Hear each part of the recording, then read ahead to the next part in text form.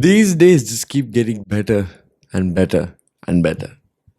Bryan Mbeumo has just told United that United are the only club he wants to join. So basically, what we have just gone and done in less than 24 hours is go and announce Cunha, who was our main target, and along with him, now we've essentially, right, we've agreed to sign Bryan Mbeumo.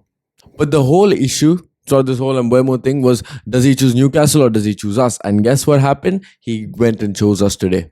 Today, he woke up and said, you know what? United first. I'm going to go United regardless of what happens. Now, the transfer fee is going to be what? 50 million pounds. That's what they're saying.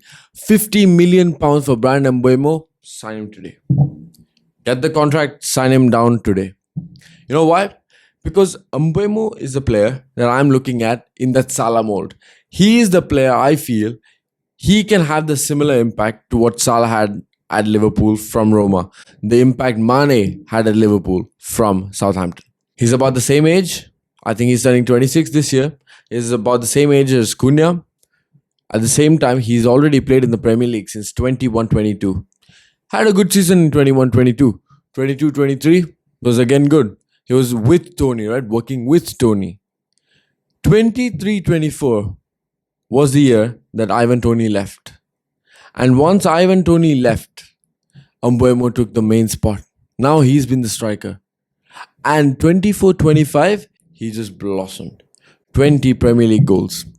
20 Premier League goals at Brentford. Now we know they're a good attacking side, but still, he was the main man at Brentford.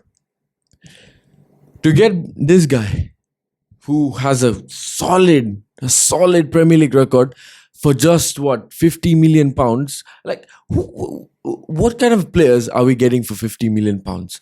We got Lisandro Martinez for 50 million pounds. So if you're telling me you can get Bryan Mbeumo for 50 million, you know what? Sign the contract right now. Because this is what we need. We need Bryan Mbeumo. The fact we might be getting Cunha as our first signing and Mbeumo as our second signing. And guys, this is what I want you to dream about.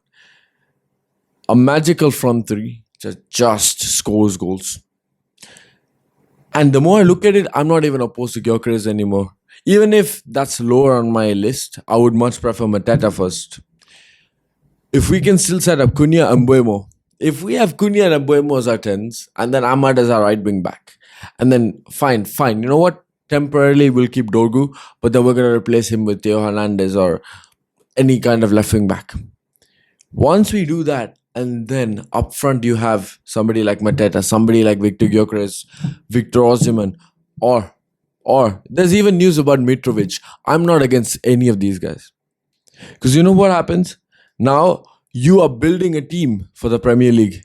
Now you're building a team that's just physical, that has technical ability, that can overwhelm anybody. Can you imagine, right? You being the opponent, and now you're looking at the lineup and you're seeing option one, you're seeing Garnacho, Højlund, Mount as a front three. What level of fear do you see in the opponent's eyes? In fact, I think they would be laughing. They would be encouraging it. Like, Amorim, keep going. Let's bring those lineups again and again. Now, scenario two, you see a lineup that features pretty much, let's take it from the midfield, right? You see a midfield of, let's say, Baleba, Edison, Dorgu, Ahmad, and then Cunha, Mbeumo, and Gyökeres. In that team, you see Mbeumo, who's a lethal finisher, at the same time can link up. You see Cunha, who, you know what, we all know about Cunha. He's just going to be flair. He's Brazilian flair. He's gonna express himself. And at the same time, we have Victor Gyökeres up front, who will score goals. Mateta, who would score goals. Everybody knows what these players carry, the threat, the aura that they carry with them. Ahmad is Ahmad. He showed us last season who he is. Baleba being Baleba. And if we get Edison or we get Douglas Luiz in midfield.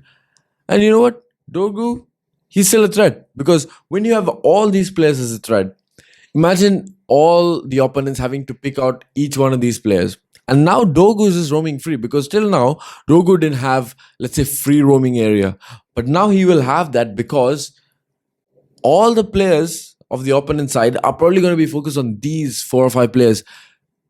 Now that leaves gaps for other players to penetrate space. Guys, we could be looking at something big. Okay, I understand this is not even technically signing to, because all that has happened is Mbeumo said yes to United. Now there's a lot of things with negotiation, transfer fees, and with player terms. But you know what? The biggest challenge in this deal has already been completed. Brentford was never the problem. United was never the problem. It's not like Amorim wasn't interested in him. It wasn't like fans weren't interested in him. Those sides were complete. It was all about, do you think Mbeumo is going to choose Newcastle over United? But apparently now it looks like Newcastle have lost the race, which means United have gone and pretty much signed Bryan Mbeumo. Second signing in. This is the movement we want. Yesterday Cunha, today Mbeumo. Who knows? Maybe tomorrow Gyökeres. Anyway, see you all in the next one.